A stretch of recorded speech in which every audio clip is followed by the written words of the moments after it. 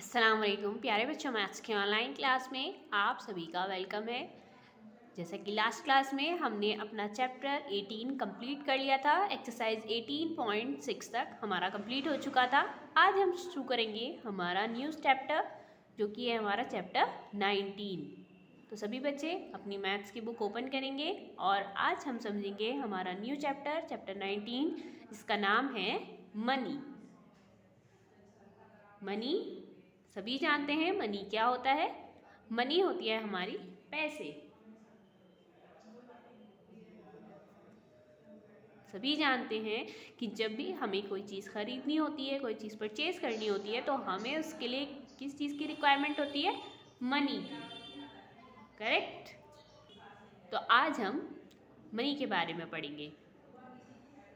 आप सभी के घर में और आप सभी ने कॉइन्स और नोट्स देखे होंगे।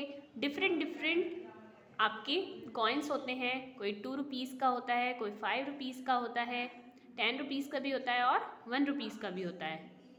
और आपके जो नोट्स होते हैं वो भी डिफरेंट नंबर्स का होते हैं, यानी कि 100 रुपीज़ का अलग होता है, 10 रुपीज़ का नोट आपका अलग होता है, 500 का अलग होता है और 1000 का अलग होता है, 50 रुपीज़ का भी अलग होता है।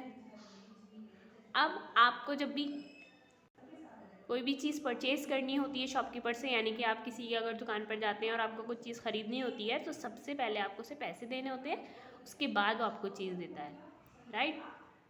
तो मान लीजिए अगर आपको पेंसिल परचेज़ करनी है तो आप उससे पहले 5 रुपीज़ का ये कॉइन देंगे, उसके बाद वो आपको पेंसिल देगा, अगर आपकी पेंसिल 5 रुपीज़ की है तो। राइट। इसी तरह हमें मनी की रिक्वायरमेंट होती है कोई भी चीज़ परचेज़ करने के लिए। तो आज हम पढ़ेंगे मनी को हम कन्वर्ट कैसे कर सकते हैं, यानी कि रुपीज़ को पैसे में। आप सभी जानते हैं कि जो हमारी इंडियन करेंसी है वो क्या क्या है? हमारी रुपीज़। राइट। और ये जो हमारा रुपीज़ है, यानी कि जो हमारा 1 रुपी होता है, ये कितने पैसों से मिलकर बना होता है? आपका 100 पैसे से। जब हमारे 100 पैसे होते हैं तभी हमारा क्या बनता है?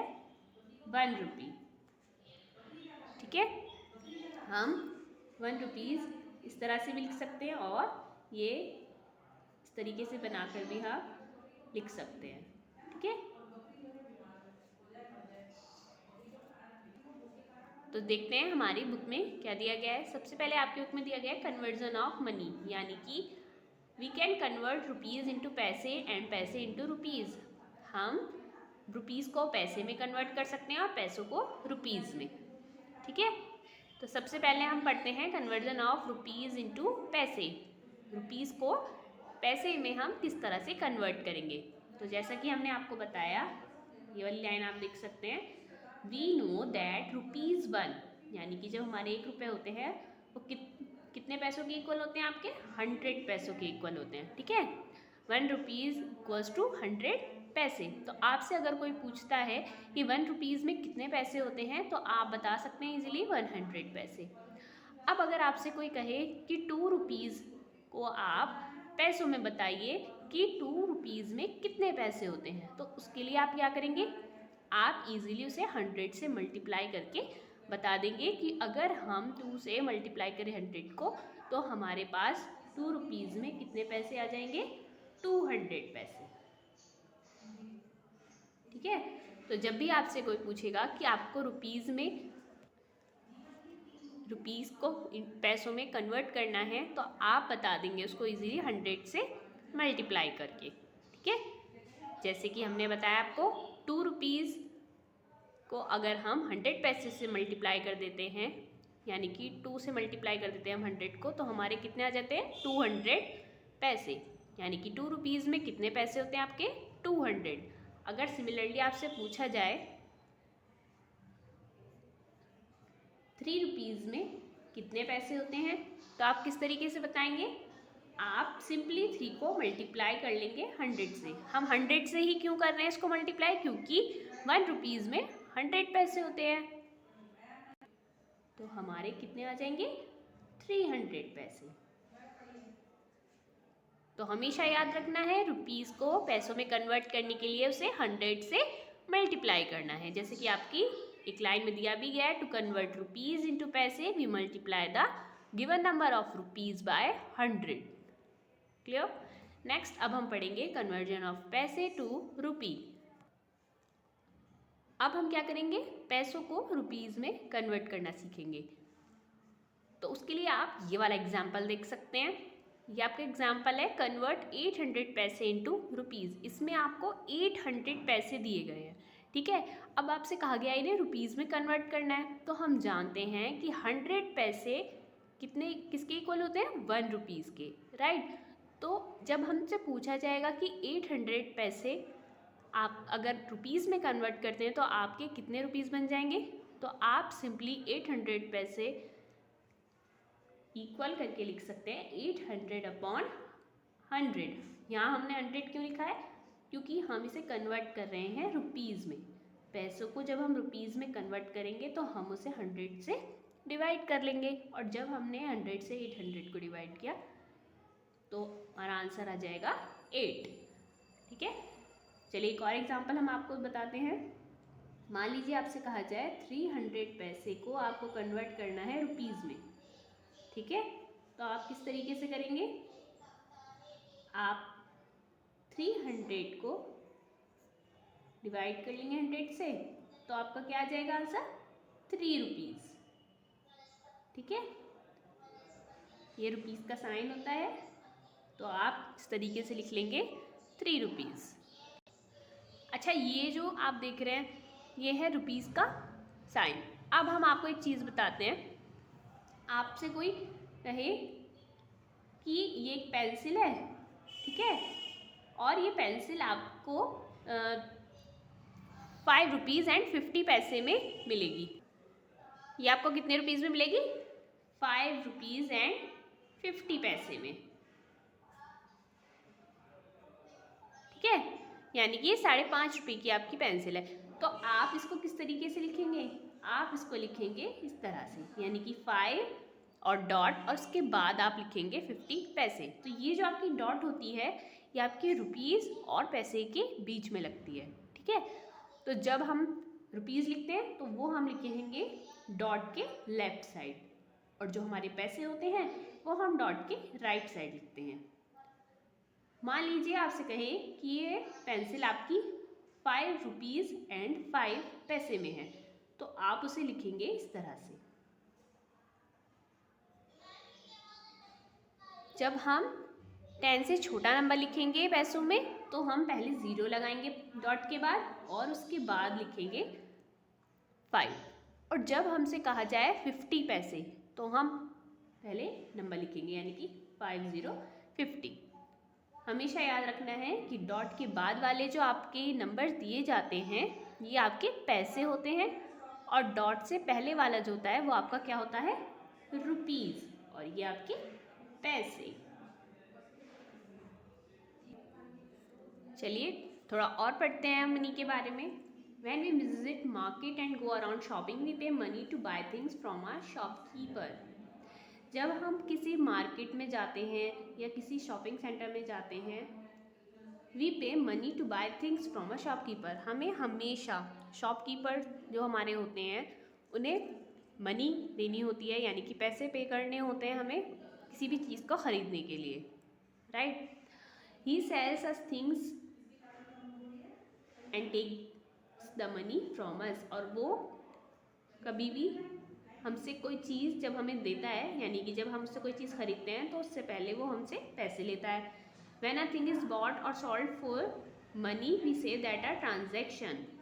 Now, transaction यानी कि ट्रांजैक्शन होता है हमारा जब हम किसी को पैसे देते हैं, ठीक है। तो हम कहेंगे जब भी हम किसी भी शॉपकीपर को कोई चीज़ खरीदी हमने और हमने उसे पैसे दिए तो हमारी क्या हो गई, ट्रांजैक्शन हो गई।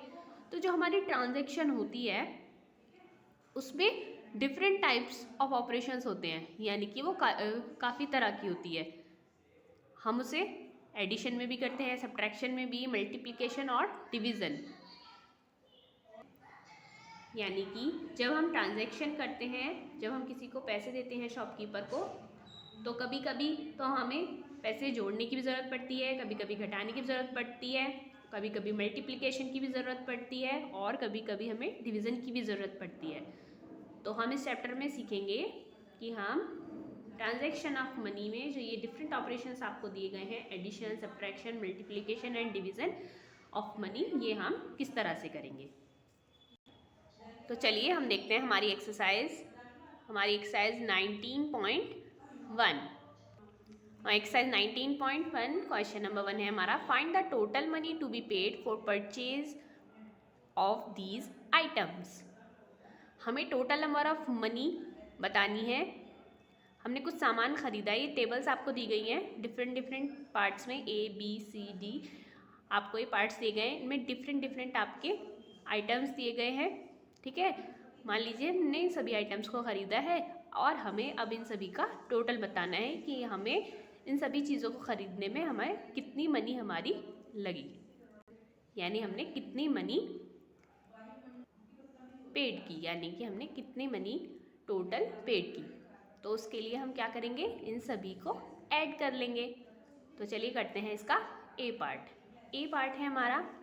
इसमें आप उसने मैथ्स की बुक परचेज़ की है किसी ने 140 रुपीज़ की, पेन्स परचेज़ किए हैं ₹20 के, पेंसिल परचेज़ की है ₹25 और 50 पैसे में, और शॉर्पनर ₹2 एंड 50 पैसे।